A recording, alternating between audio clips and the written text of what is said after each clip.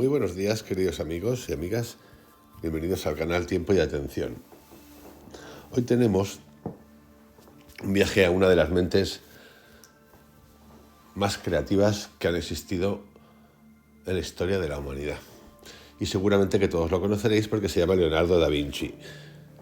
El título de la conversación de hoy es ¿Cómo era Leonardo da Vinci? Y para ello voy a utilizar un autor de la época de Leonardo que se llama Vasari. Este autor escribió historias, se titula así, historias de los más grandes artistas de la Italia de su época. Este libro lo podéis encontrar donde queráis. No sé si recordaréis, hace unos años, un documental donde se hablaba de un cuadro de Leonardo, uno de los más famosos, de los que más se hablaron siglos atrás, que se llama la Batalla de Anghiari. Parece ser, porque no se ha podido acabar de comprobar, que ese cuadro está, vamos a dejarlo ahí, está en Florencia detrás de otro cuadro de George Vasari. En ese documental tan conocido acerca de este hecho que estoy contando, se encuentra un mini texto arriba en el cuadro de Vasari donde dice «Chi cerca trova», el que busca encuentra.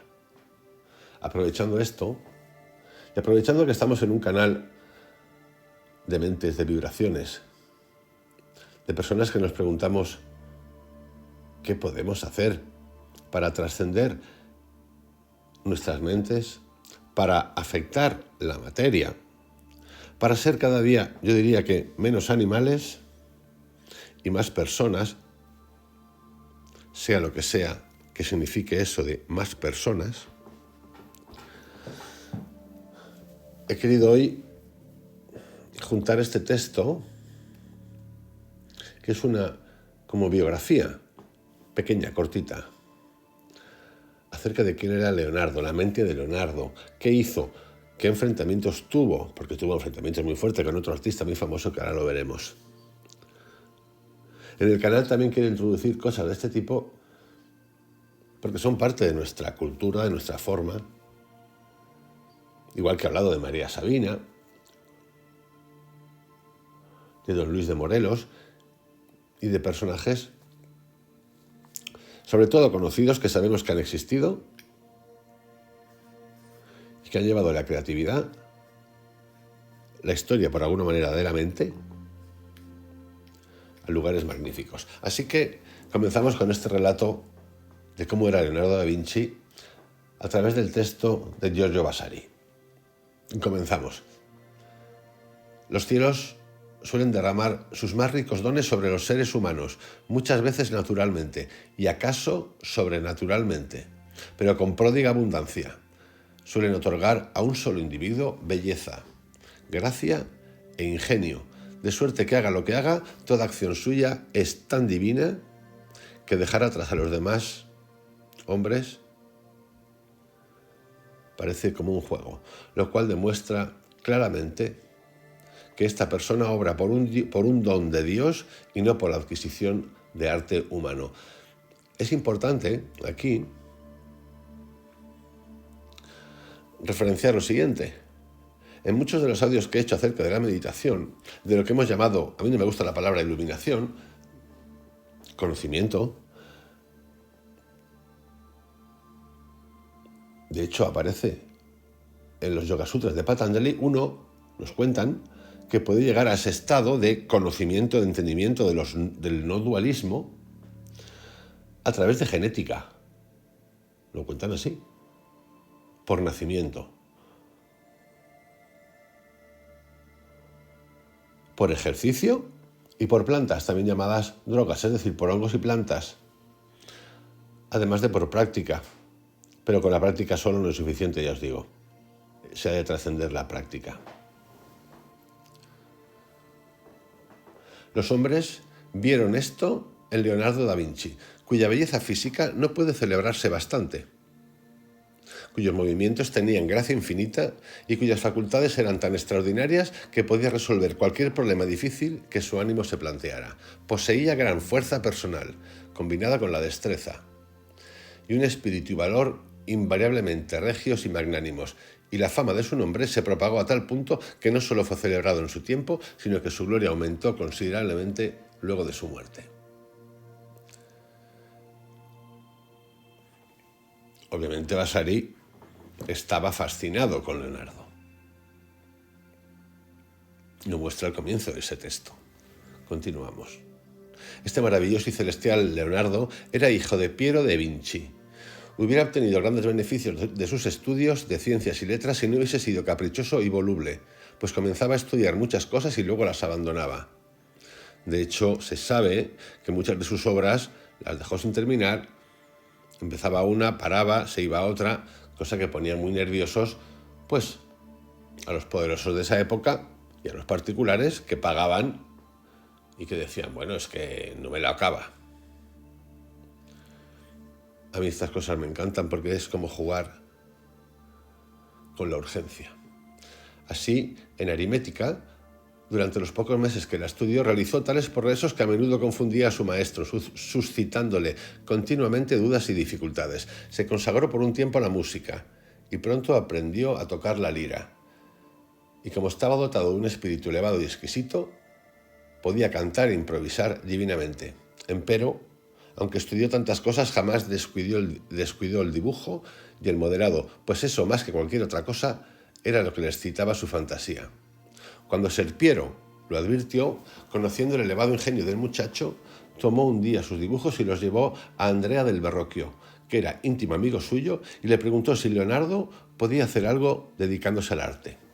Andrea, asombrado ante estos precoces esfuerzos, aconsejó a Ser Piero, el padre de Leonardo, que hiciera estudiar al niño. De este modo decidió que su hijo iría al taller de Andrea.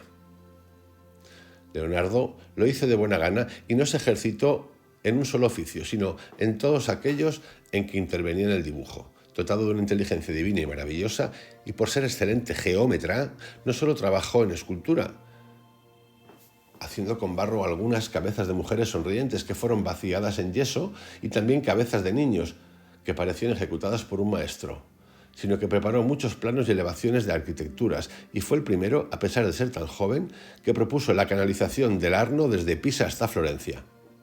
Diseñó molinos, batanes y otras máquinas hidráulicas, y como quiso que la pintura fuese su profesión, estudió dibujo del natural.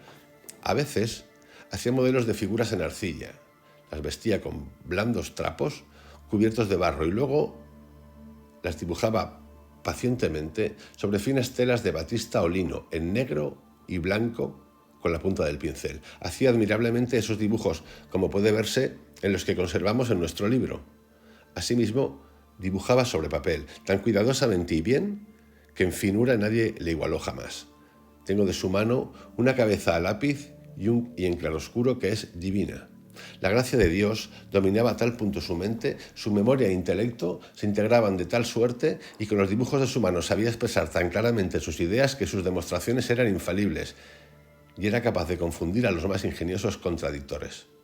Todos los días hacía modelos y proyectos para cortar fácilmente las montañas y horadarlas para pasar de un lado a otro, y por medio de palancas, grúas y montacargas levantar y arrastrar grandes pesos. Ideó la manera de vaciar los puertos y bombas para extraer aguas de grandes profundidades, pues su mente jamás descansaba. Pasó mucho tiempo dibujando metódicamente cuerdas anudadas que llenaban un círculo. De estas dificilísimas composiciones se ve un ejemplo en un grabado muy bello, en cuyo centro se leen las palabras Leonardus Vinci Academia. Entre esos modelos y proyectos había uno que mostró varias veces a muchos ciudadanos ingeniosos que a la sazón gobernaban en Florencia, explicando un método para levantar la iglesia de San Giovanni y poner debajo las escaleras, sin que se derrumbara. Argumentaba con tan sólidas razones que convencía a quienes lo escuchaban. Solo cuando se iba reconocían la imposibilidad de semejante empresa. Su conversación, encantadora, ganaba todos los corazones, y aunque nada poseía, por decir así, y trabajaba poco, tuvo criados y caballos que le gustaban mucho. Por cierto, su padre era notario. Un notario en Europa no es como un notario en Estados Unidos, alguien que está al lado de un UPS. No, es otra cosa. Tiene mucho poder. Es un funcionario del Estado de gran nivel. Esto es importante entenderlo. En verdad, amaba a todos los animales y los domesticaba con gran cariño y paciencia. A menudo, cuando pasaba por los lugares donde se vendían pájaros, los sacaba de sus jaulas y ponía en libertad. Y luego pagaba al vendedor el precio exigido. La naturaleza lo había dotado a tal punto que cuando aplicaba su cerebro a su alma, demostraba inigualada divinidad, vigor, vivacidad, excelencia, belleza y gracia. En verdad, su inteligencia del arte le impedía terminar muchas cosas que había comenzado, pues sentía que su mano era incapaz de añadir nada a las perfectas creaciones de su imaginación. Su mente concebía tan difíciles, sutiles y maravillosas ideas que sus manos, hábiles como eran, jamás podrían expresarlas. Sus caprichos eran tan numerosos que, filosofando acerca de las cosas naturales, llegó a entender las propiedades de las hierbas y observó los movimientos del cielo, la órbita de la luna y el curso del sol. Como dije, continúa Vasari, Leonardo fue colocado, siendo niño, por Serpiero en el taller de Andrea del Verrocchio, cuando su maestro pintaba un cuadro de San Juan bautizando a Cristo. En esta obra, Leonardo hizo un ángel que tiene algunas prendas en la mano, y aunque muy joven lo hizo mucho mejor que las figuras de su maestro. Este último no quiso volver a tocar los colores, mortificado de que una criatura supiera más que él.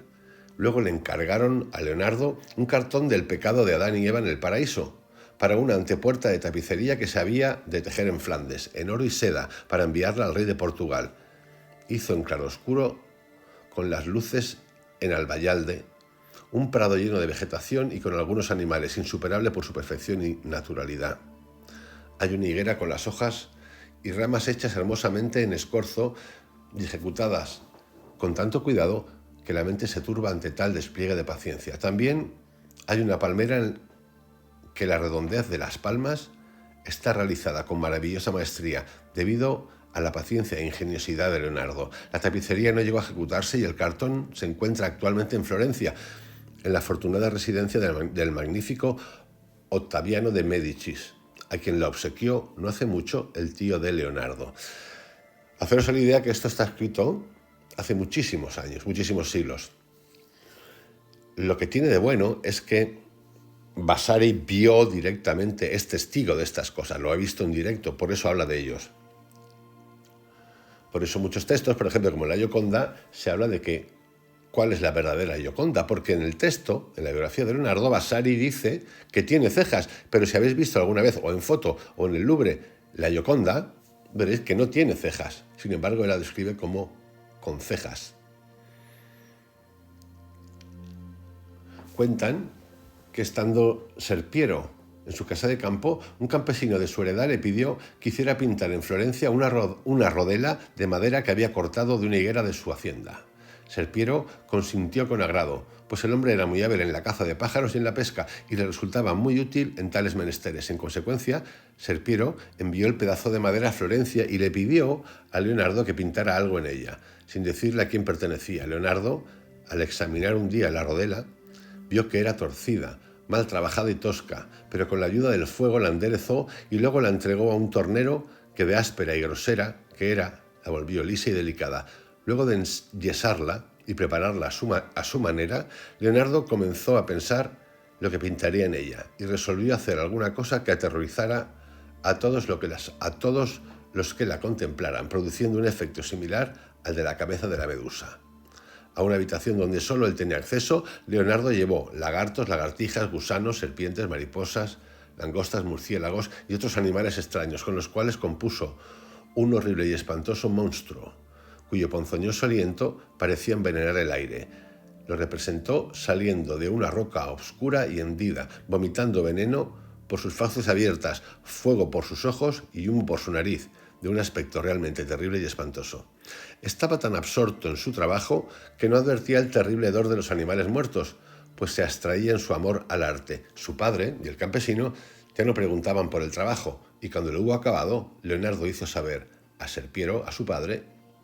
Por cierto, también se dice que no era hijo, vamos a llamarlo legítimo, era hijo bastardo, era hijo de una relación que el notario Serpiero tuvo con otra mujer.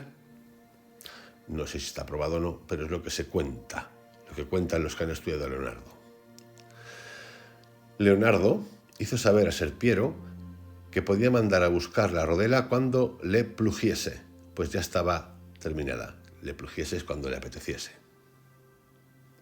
En consecuencia, una mañana fue Serpiero a sus habitaciones a buscarla. Cuando llamó a la puerta, la vio Leonardo y le pidió que esperara un instante. Volvió a su pieza, colocó en su caballete la rodela de modo que le diera la luz deslumbrante de la ventana y luego pidió a su padre que entrara. Este, tomado desprevenido, se estremeció, pues no pensó que fuera la rodela de madera, ni menos que lo que veía estuviese pintado, y retrocedía asustado cuando Leonardo le contuvo, diciéndole: «Esta obra ha servido a su propósito. Llévala, pues, ya que ha producido el efecto deseado». Serpiero pensó que en verdad eso era más que milagroso y elogió calurosamente la idea de Leonardo. Después, calladamente compró a un comerciante otra rodela de madera pintada con un corazón traspasado por una flecha y la dio al campesino, quien quedóle agradecido por el resto de sus días, mientras que Serpiero llevó secretamente la obra de Leonardo a Florencia y la vendió por 100 ducados a unos mercaderes. Poco tiempo después, fue a parar a manos del duque de Milán, quien la compró por 900 ducados. Esta pieza, que yo sepa, no la tenemos en la actualidad, y si alguien la tiene, está escondida. Luego pintó Leonardo una Virgen muy excelente, que más adelante estuvo con el poder del Papa Clemente VII. Entre otras cosas, en este cuadro representó una jarra llena de agua y con unas flores maravillosas, sobre las cuales las gotas de rocío se veían más reales que la realidad misma. Para su gran amigo Antonio Segni, dibujó un Neptuno sobre papel, con tanto cuidado que parecía vivo. El mar está agitado y su carro es arrastrado por caballos marinos, con sirenas y otros monstruos, los vientos del sur y hermosas cabezas de divinidades. El dibujo fue regalado por Fabio, hijo de Antonio, a Messer Giovanni Gaddi, con el siguiente epigrama. Está en latín y yo creo que, a no ser que encuentre la traducción, lo podremos saltar, pero vamos a verlo. Dice así el texto: Virgilio pintó a Neptuno, también lo pintó Homero, mientras conducen a los caballos por entre las olas agitadas. En verdad, los dos poetas en su mente lo comprendieron, pero con la mirada Da Vinci los aprisionó y en justicia venció a aquellos. Después se le ocurrió a Leonardo hacer una cabeza de la medusa al óleo, con una guirnalda de serpientes. Era una idea extraordinaria y fantástica, pero como el trabajo requería tiempo, quedó sin terminar, que era el destino de casi todos sus proyectos. Se encuentra entre los tesoros del palacio del duque Cosme, junto con la cabeza de un ángel que levanta un brazo en escorzo desde el hombro hasta el codo, mientras el otro brazo descansa en su pecho. Tan maravillosa era la mente de Leonardo que, deseando que sus pinturas obtuvieran más relieve, se dedicó a lograr sombras más profundas y buscó los negros más intensos con el fin de volver más claras las luces por contraste. Finalmente, hizo tan sombrías sus pinturas que parecen más bien representaciones de la noche, pues no hay ninguna luz intensa que dé la luminosidad del día.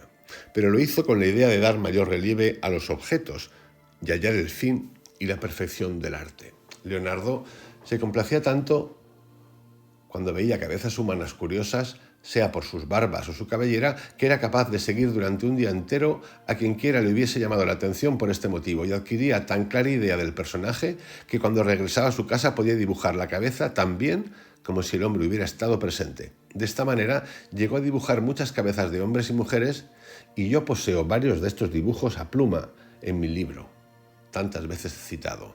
Entre ellas está la cabeza de Américo Vespucci, hermoso anciano, dibujada con carbón, y la de Scaramuccia, capitán de los gitanos, que luego pasó a poder de Messer Donato Valdambrini de Arezzo, canónigo de San Lorenzo, a quien se le habría regalado Giambulari. Él cita personajes de la época que tienen obras de Leonardo. Comenzó un cuadro de la adoración de los magos, donde se ven cosas muy hermosas, especialmente las cabezas. Esa obra se encontraba en la casa de Americo Benci, situada frente a la Galería de los Peruzzi, pero quedó sin terminar, como tantas otras obras. Con motivo de la muerte de Giovanni Galeazzo, duque de Milán, y de la ascensión de Ludovico Sforza en el mismo año, 1493, Leonardo fue invitado por el duque con gran ceremonia a trasladarse a Milán para tocar la lira, cuyo sonido deleitaba particularmente al príncipe. Leonardo llevó su propio instrumento que él mismo hizo de plata, del que dio la forma de una cabeza de caballo, rara y original idea para que las voces tuvieran mayor sonoridad y resonancia, de modo que superó a todos los músicos reunidos en dicho lugar. Además, fue en su tiempo el mejor improvisador de versos. El duque, cautivado por la conversación y el genio de Leonardo, concibió un extraordinario afecto por él. Le rogó que pintara la Natividad para una tabla de altar, la cual fue enviada por el duque al emperador. Leonardo pintó luego una última cena, bellísima y milagrosa, para los dominicos de Santa María delle Grazie, en Milán, infundiendo a la cabeza de los apóstoles tal majestad y belleza que dejó la de Cristo sin terminar, pues sintió que no podía darle la celestial divinidad que ésta requería. Este es muy famoso porque lo habéis visto, este es tan famoso que en un bombardeo de la Segunda Guerra Mundial ese fresco queda sin destruir.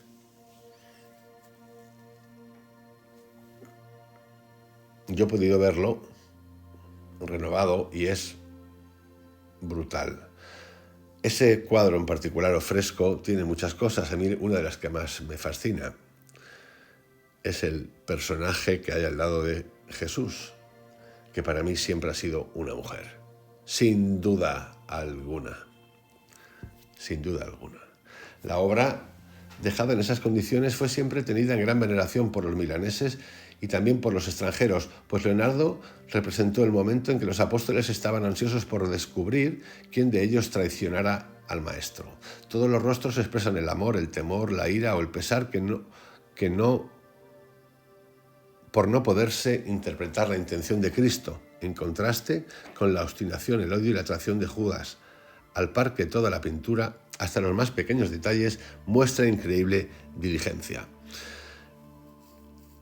Vasari tuvo la suerte de verlo muy pronto, ese cuadro, porque ese fresco, por el tipo de pintura que utilizó, se fue deteriorando muchísimo, perdiendo mucha expresividad por la técnica que usó.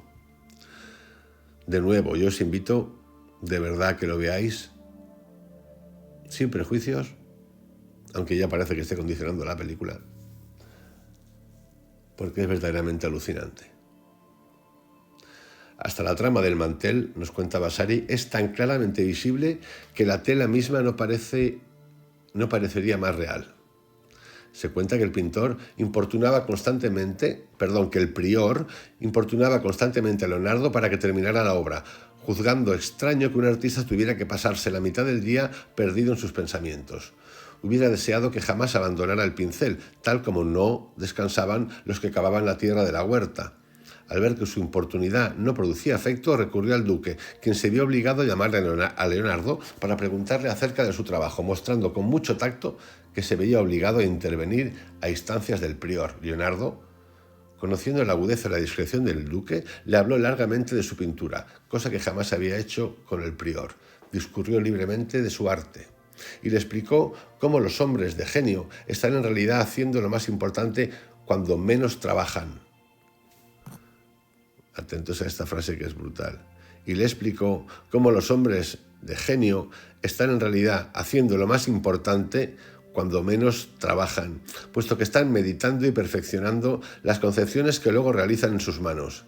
Agregó que aún faltaba hacer dos cabezas, una era la de Cristo, para la cual no podía buscar modelo en la tierra, y él se sentía incapaz de concebir la belleza y la gracia celestial de esa divinidad encarnada. La otra cabeza era la de Judas, que también le daba que pensar, pues no creía poder representar el rostro de un hombre capaz de traicionar a su maestro, creador del mundo, después de haber recibido tantos beneficios de él. Pero agregó que en este caso estaba dispuesto a no seguir buscando, y que a falta de algo mejor haría la cabeza de ese importuno e indiscreto prior. Fijaros lo que hace. Te has puesto tan pesado que te voy a poner de Judas. Esto en esas épocas era como ¡buah!, una condena. El duque se divirtió enormemente y declaró riendo que tenía mucha razón. Entonces el pobre prior, lleno de vergüenza, se dedicó a apremiar a los jardineros y dejó en paz a Leonardo. El artista terminó su Judas haciéndolo la verdadera imagen de la traición y la crueldad. La cabeza de Cristo quedó inconclusa, como he dicho. La nobleza de esta pintura, su composición y el cuidado con que estaba terminada despertaron en el rey de Francia el deseo de llevarse la obra a su patria. En consecuencia, empleó arquitectos para que intentaran armarla con vigas y hierros para transportarla sin peligro, y no reparó en los gastos, tan grande era su deseo. Pero el rey se vio defraudado porque la pintura estaba hecha en la pared, y así les quedó a los milaneses. Mientras estaba trabajando en la última cena, Leonardo pintó el retrato de Ludovico con Maximiliano, su hijo mayor, en la parte superior del mismo refectorio, donde había una pasión en el viejo estilo. En el otro extremo pintó a la duquesa Beatrice con Francesco, su otro hijo, que más adelante llegaron a ser duques de Milán. Esos retratos son maravillosos. Cuando estaba ejecutando sus obras, Leonardo propuso al duque erigir un caballo de bronce de proporciones colosales. Esta es otra de las historias más fascinantes de Leonardo, por la cantidad de dibujos que hay de esto. De proporciones colosales, con el duque montado en él, para perpetuar su memoria. Pero lo comenzó en tal escala que jamás pudo ejecutarse. Tal es la malignidad del hombre, cuando lo mueve la envidia, que hay quienes creen que Leonardo lo comenzó, como muchas de sus obras, con la intención de no terminarlo, puesto que su tamaño era tan grande que se podía prever las extraordinarias dificultades que surgirían para fundirlo.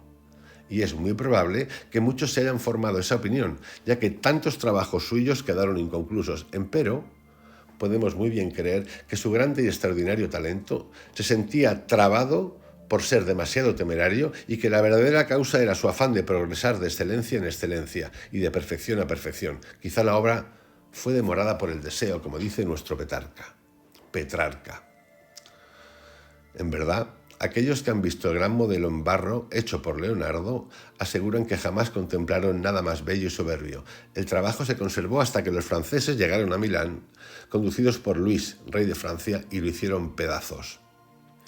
También se perdieron un pequeño modelo en cera, considerado perfecto, y un libro de anatomía del caballo, hecha por él. Más adelante, Leonardo se dedicó con mayor asiduidad aún al estudio de la anatomía humana, ayudando a Messer Marcantonio de la Torre, excelente filósofo, quien a la sazón enseñaba en Padua y escribía sobre estas cuestiones y a su vez le prestó ayuda. He oído decir que fue uno de los primeros en ilustrar la ciencia de la medicina, según la doctrina de Galeno, y en revelar secretos de la anatomía, envuelta hasta entonces en las espesas tinieblas de la ignorancia.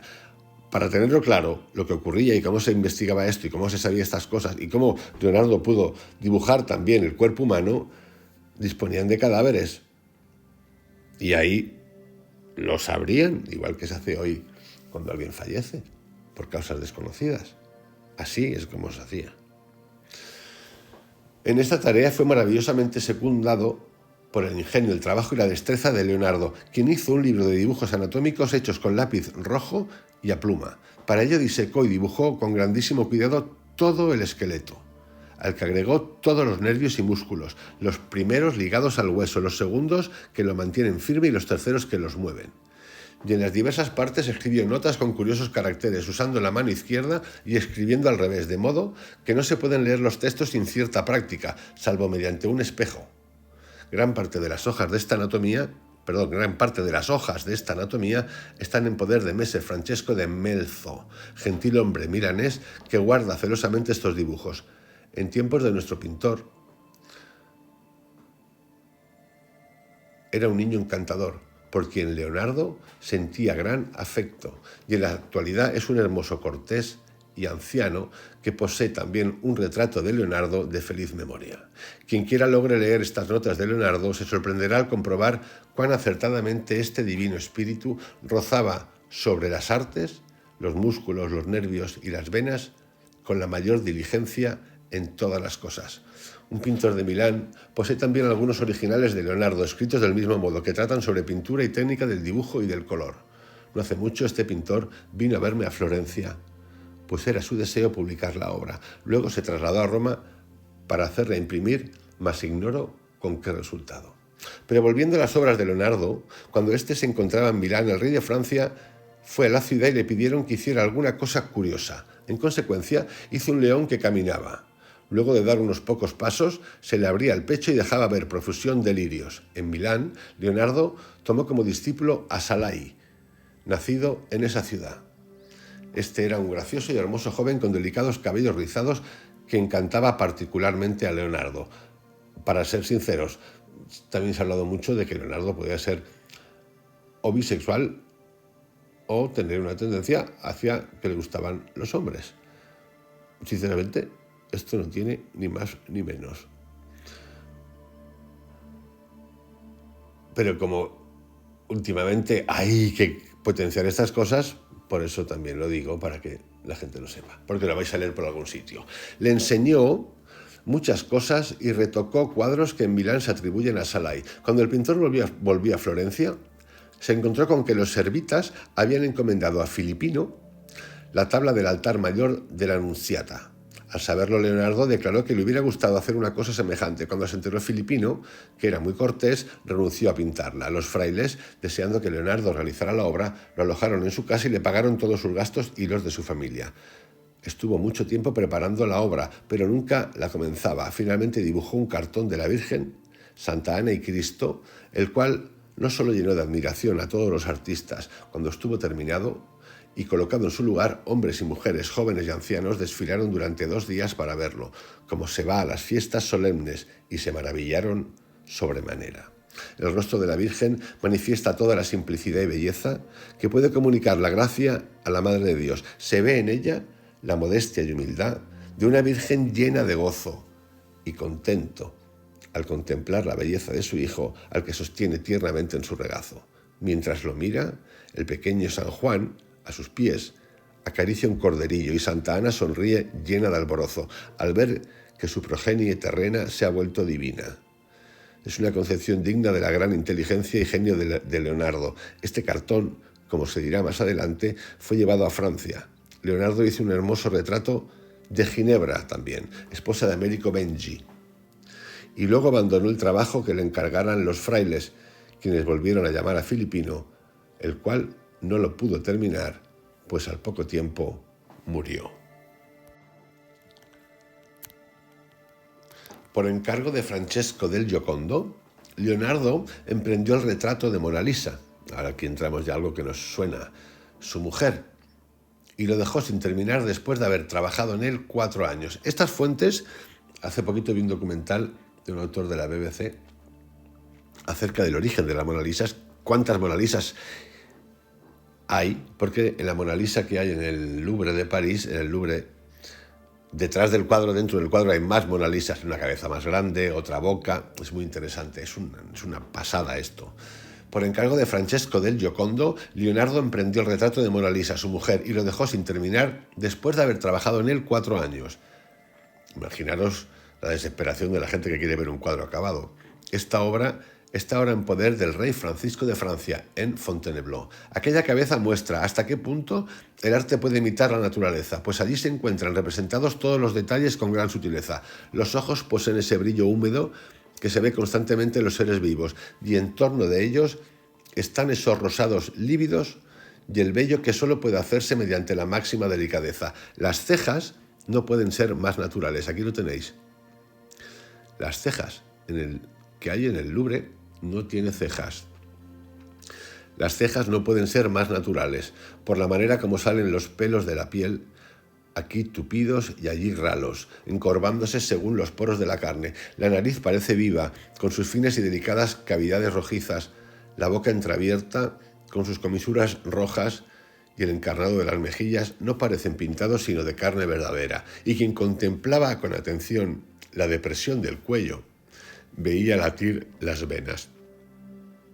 En verdad, se puede decir que fue pintada de una manera que hace temblar y desespera al artista más audaz. Mona Lisa era muy hermosa, y mientras el artista estaba haciendo su retrato, empleó el recurso de hacerle escuchar músicas y cantos y proporcionarle bufones para que la regocijaran, con el objeto de evitar esa melancolía que la pintura suele dar a los retratos que se hacen. La figura de Leonardo tiene una sonrisa tan agradable que más bien parece divina que humana y fue considerada maravillosa por no diferir en nada del original.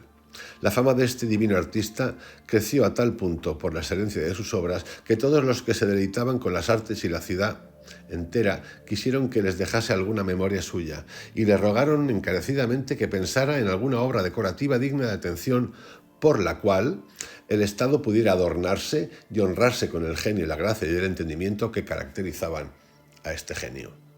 Por decisión del gonfaloniero y de sus ciudadanos importantes, y de esto hablaremos más extensamente en otro lugar, se estaba reconstruyendo la sala del Consejo bajo la dirección de Giuliano Sangallo, Simone Pollajuolo, llamado Cronaca, Miguel Ángel Buonarroti y Baccio d'Agnolo, y habiéndola terminado con gran prisa se ordenó por decreto público que se encomendara a Leonardo la ejecución de alguna obra hermosa. De esta suerte, Piero Soderini, a la sazón gonfaloniero de justicia, gonfaloniero es un cargo, le encargó la pintura de dicha sala. Entonces Leonardo comenzó por dibujar un cartón en la sala del Papa, en Santa María Novella, con la historia de Niccolò Piccinino, capitán del duque Filipo de Milán. Dibujó un grupo de jinetes que combaten por un estandarte, obra maestra por su manera de tratar la refriega, expresando la furia, la ira y el carácter vengativo, tanto de hombres como de caballos.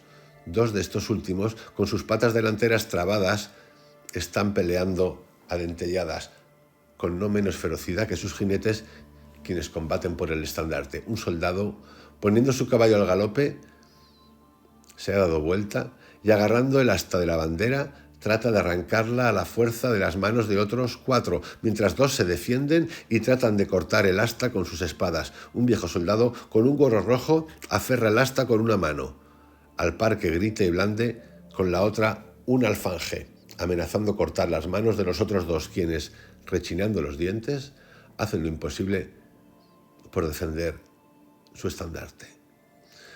Está relatando la batalla de Anghiari.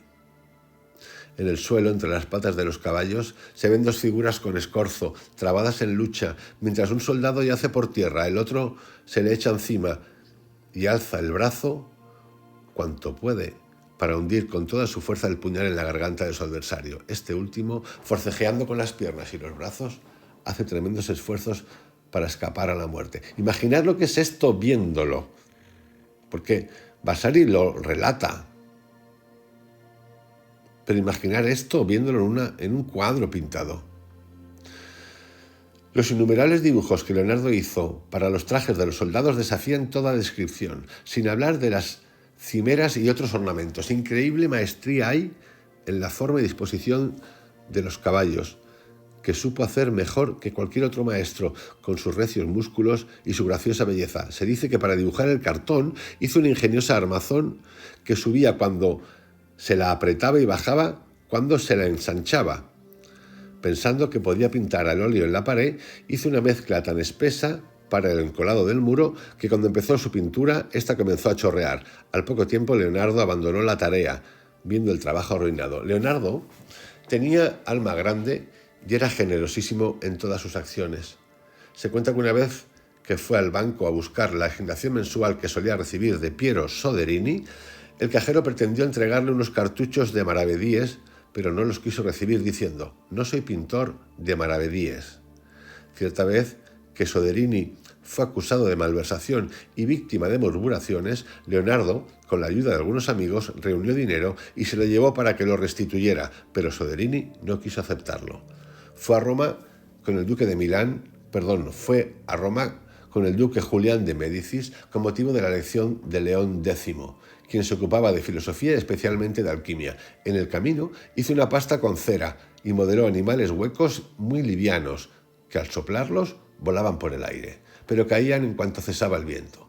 A un curioso lagarto que encontró el viñatero del Belvedere, Leonardo le pegó en el cuerpo escamas de otros lagartos con una mezcla que contenía mercurio. Las escamas temblaban cuando el animal se movía. Después de ponerle ojos, cuernos y una barba, lo domesticó y lo encerró en una caja. Todos los amigos a quienes se lo mostraba echaban a correr aterrorizados.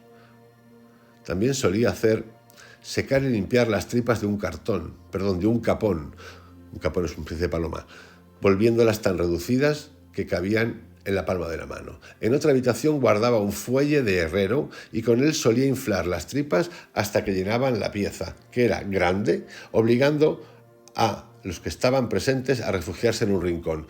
Hizo muchas locuras como esta, estudió los espejos y efectuó curiosos experimentos en busca de aceites para pintar y barnices para conservar las obras pintadas. En esta época pintó para Messer Baldassare Turini de Pescia, Datario de León, un cuadrito con la Virgen del Niño, ejecutado con infinita diligencia y arte, pero ahora está muy deteriorado, sea por negligencia o a causa de sus numerosas caprichosas mezclas de preparaciones y colores. En otro cuadro representó a un niñito maravillosamente bello y gracioso. Ambas obras están ahora en Pescia, en poder de Messer Giulio Turini. Se cuenta que, habiéndole encargado al Papa una obra, Leonardo se puso a destilar aceites y hierbas para hacer barniz, por lo que el Papa exclamó: «Este hombre jamás hará nada», pues comienza por pensar en el fin de la obra antes de comenzarla. Y aquí vemos algo que también conocemos mucho, o habéis oído seguro. Había gran enemistad entre él y Miguel Ángel Buonarroti. Este último abandonó Florencia a causa de esa rivalidad, y el duque Julián lo excusó porque había sido llamado por el Papa para hacer la fachada de San Lorenzo. Al enterarse de ello, Leonardo salió para Francia, donde el rey, que tenía obras suyas, quería que le hiciera una pintura el cartón de Santa Ana. Pero Leonardo, según su costumbre, lo entretuvo con palabras mucho tiempo. Finalmente, llegado a viejo, estuvo enfermo muchos meses y, viéndose cercano a la muerte, quiso instruirse en las verdades de la fe católica y en nuestra buena y santa religión cristiana. Luego, habiendo confesado y demostrado su arrepentimiento con muchas lágrimas, tomó con gran devoción el Santísimo Sacramento. Yo esta parte como que no me la creo, pero bueno, ya que lo cuenta él, pues no lo tendremos que aceptar como tal. Bajando de su lecho, sostenido por sus amigos y sirvientes, pues no podía tenerse en pie. Al llegar el rey, que solía hacerle amistosas visitas, Leonardo se sentó respetuosamente en la cama y comenzó a relatar detalles de su enfermedad y a manifestar cómo había ofendido a Dios y a los hombres por no haber trabajado en su arte como hubiera debido. Le atacó luego un paroxismo, presagio de muerte, y el rey se acercó y le sostuvo la cabeza para ayudarlo y demostrarle su favor, así como para aliviar su malestar. Entonces, el divino espíritu de Leonardo, reconociendo que no podía gozar de mayor honor, expiró en los brazos del rey, a la edad de 75 años. La pérdida de Leonardo causó extraordinario pensar entre quienes le habían conocido, pues jamás había existido un hombre que diera tanto brillo a la pintura. Con el esplendor y la magnificencia de su porte, confortaba a toda alma triste, y su elocuencia convencía a los hombres con sus razones. Imaginar vivir en esa época 75 años es como muchísimo, muchísimo.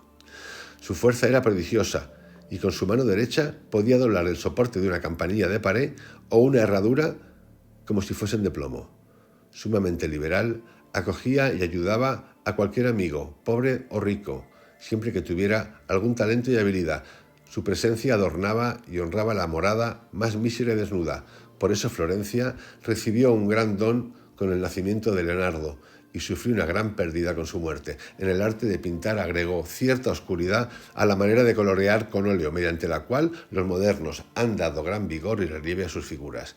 Demostró su talento en la estatuaria en 3 figuras de bronce que se encuentran sobre la puerta de San Giovanni, del lado norte.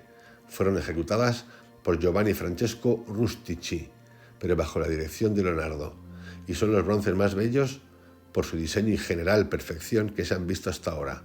También debemos a Leonardo un gran adelanto en el conocimiento de la anatomía de los caballos y de los hombres, así por sus dones superiores, aun cuando obraba mucho más de palabra que de hecho, jamás se extinguiría su nombre y su fama. En alabanza suya se han escrito muchos textos. En resumen, amigos, os dejo con este relato de Vasari, de Giorgio Vasari, que pudo ver todas estas cosas, que sabe de primera mano quién era Leonardo. Y esto es una fuente de la cual los estudiosos sacan muchas más cosas acerca de qué obras hizo, quién las tuvo, dónde estuvieron. Como recomendación final, os recomiendo un libro que es una novela, que es la mejor que he leído de Leonardo, he leído varias, que es El romance de Leonardo, el genio del Renacimiento, que es de Dmitri Merezhkovsky. El romance de Leonardo, el genio del Renacimiento. Os envío un abrazo, que tengáis un excelente día. Voy a ir haciendo de vez en cuando biografías de este tipo que me parecen interesantes, sobre todo estos personajes me parecen interesantes.